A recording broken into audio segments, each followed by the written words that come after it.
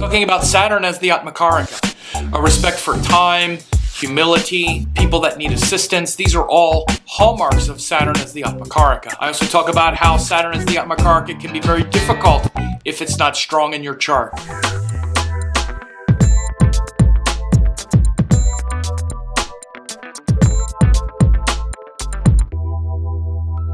So continuing with the Atma Karaka series, talking about Saturn as the Atma Karaka.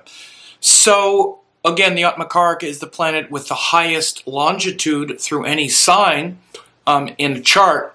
And when Saturn is the Atma Karaka, then when those things of Saturn really show up in someone's life, that's really the thing that gets them, really focused on that sort of liberating self beyond just the, separate identity. Again, just to recap, the Sun is the natural Atma Karaka.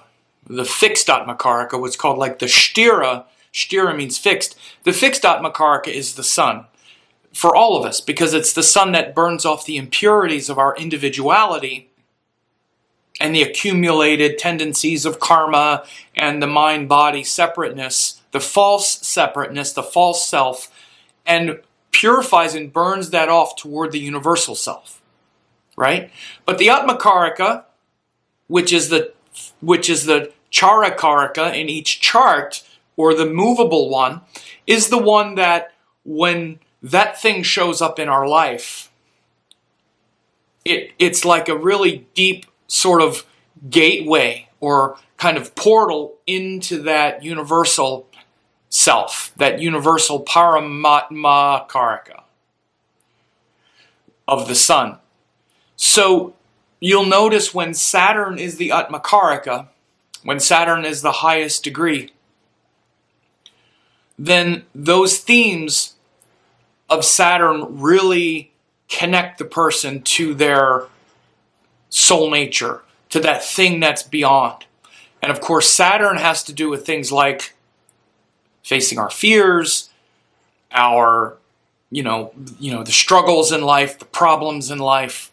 You'll often see that when someone has Saturn as the Atma Karaka, they've developed quite a bit of humility. They've been humbled by life in many ways because they've been sort of crushed.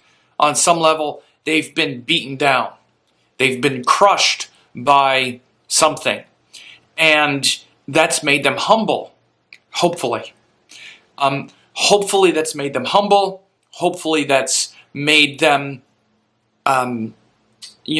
reverent for the enormity of time and stillness and silence and the need to find inner peace. And that externally, everything is going to decay and die and end. And so the real truth, the real energy is found in that stillness and silence, introspection, and things like that. So the Saturn Atma Karaka definitely, brings a person to those painful awareness, those painful, insights, and they become not so painful after all. And again, but that leads to greater humility, greater respect for others who suffer. It also can lead to, for example, a great appreciation and love for lesser beings like animals and those who are abused and those who are mistreated and the lower creatures, including, again, even like, I don't want to say lower humans like they're lower people, but someone who is like a homeless person or a downtrodden person. This is all part of the same thing. Brings a lot of service and wanting to be of service to something bigger because we've been humbled and we know that we're not going to take any of this with us. So again, these are hard, harsh realities.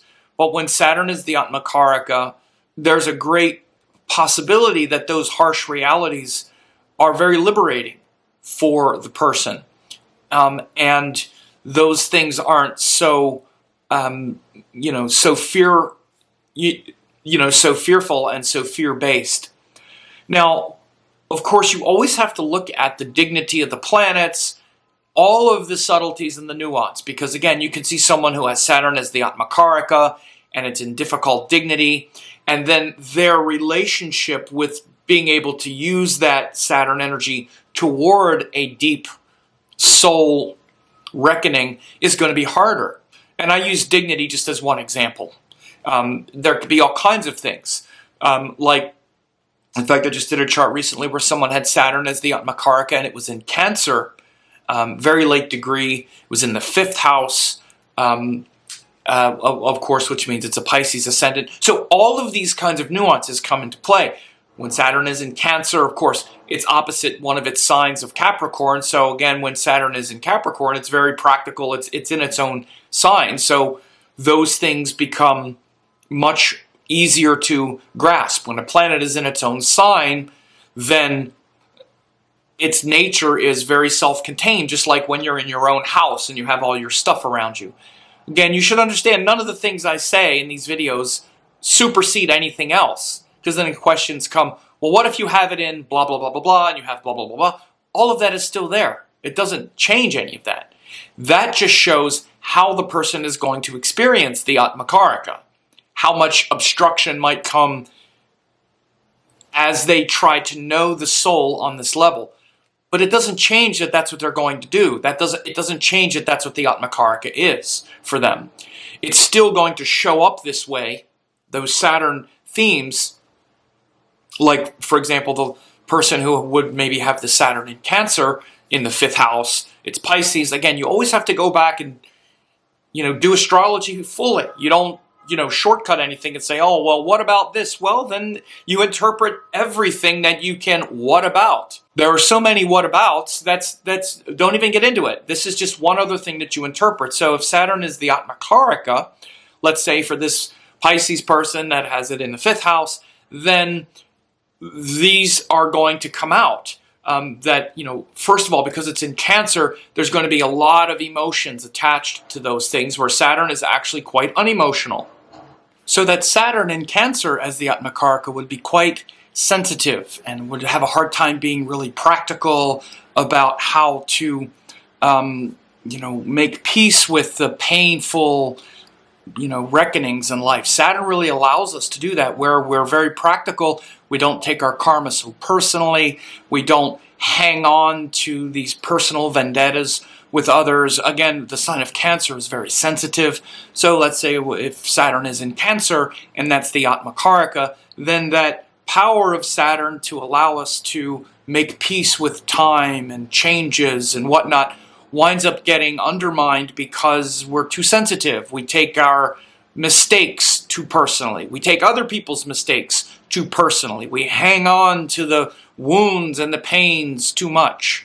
Again, so this is how you would analyze, for instance, an Atma Karaka. It's still, the Atma Karaka, let's say, would still be that soul planet, and it would be trying to allow us to, again, make peace with all of the mistakes and the problems and the endings and the abuse and the mistreatment and all that stuff that hurt us, that can make us very sensitive to others and allow us to say, well, that's just the nature of the world. And by the way, it's not just people hurting me, I'm also hurting others. So I need to forgive myself, I need to forgive others, I need to just realize that's the nature of the world, and instead grow in compassion and sensitivity, grow in stillness and silence and introspection. And so when that thing is happening and I can really focus and commit and feel that stillness and silence, that's when I really connect with that Paramatman, Supreme Self. Let's say, but you can see how well a person's able to do that by the same themes that you would see that make Saturn, qualities difficult, like being too emotional, hanging on to the past too much, remembering how people have hurt us, but not looking at what we have done as well, and just being too emotional or too fiery or whatever it can be. But it's still that Atma Karaka. When Saturn is the Atma Karaka, it's that sort of, power of, especially of stillness, solitude, introspection. If you have Saturn as your Atma Karaka, you'll notice how those things really show up as, oh yeah, that's the real thing. all this other stuff that's going on. Saturn, though, boy, that's the stuff that's the stuff to really pay attention to. You need to be, peaceful and still, silent. There's nothing wrong with, death and talking about it. That's what you need to be. That's what you need to remember. And again, if Saturn is your Atma Karaka and you struggle with that sort of way in to your soul's redemption, ponder the things I just said and how you might be taking your karma too personally. You might be too fired up and wanting retribution, or it's just not fair. And these are all Saturn problems, because no, it's not fair. So what? Again, Saturn really gives that recognition of, yeah, that's the way it is. It's not fair to you. You're not fair to others. None of it's fair. It's just the way life is. That's what time teaches us. Experience, time, life itself teaches us that this is the nature of the world. When we're young and immature, we have a lot of ideas. Over time, Saturn shows us the truth, and we're challenged to grow up and to be mature about those things. By the way, my Saturn, Saturn is my Atma Karaka. This is why those things are also very, very important to me as well, to remember those things and to try to really learn and grow in those things. And so, very powerful lesson here with Saturn as your Atma Karaka. So look forward to other videos on the different planets as Atma Karakas, and I hope you enjoyed this one. Share it with others, subscribe to the channel, and all that.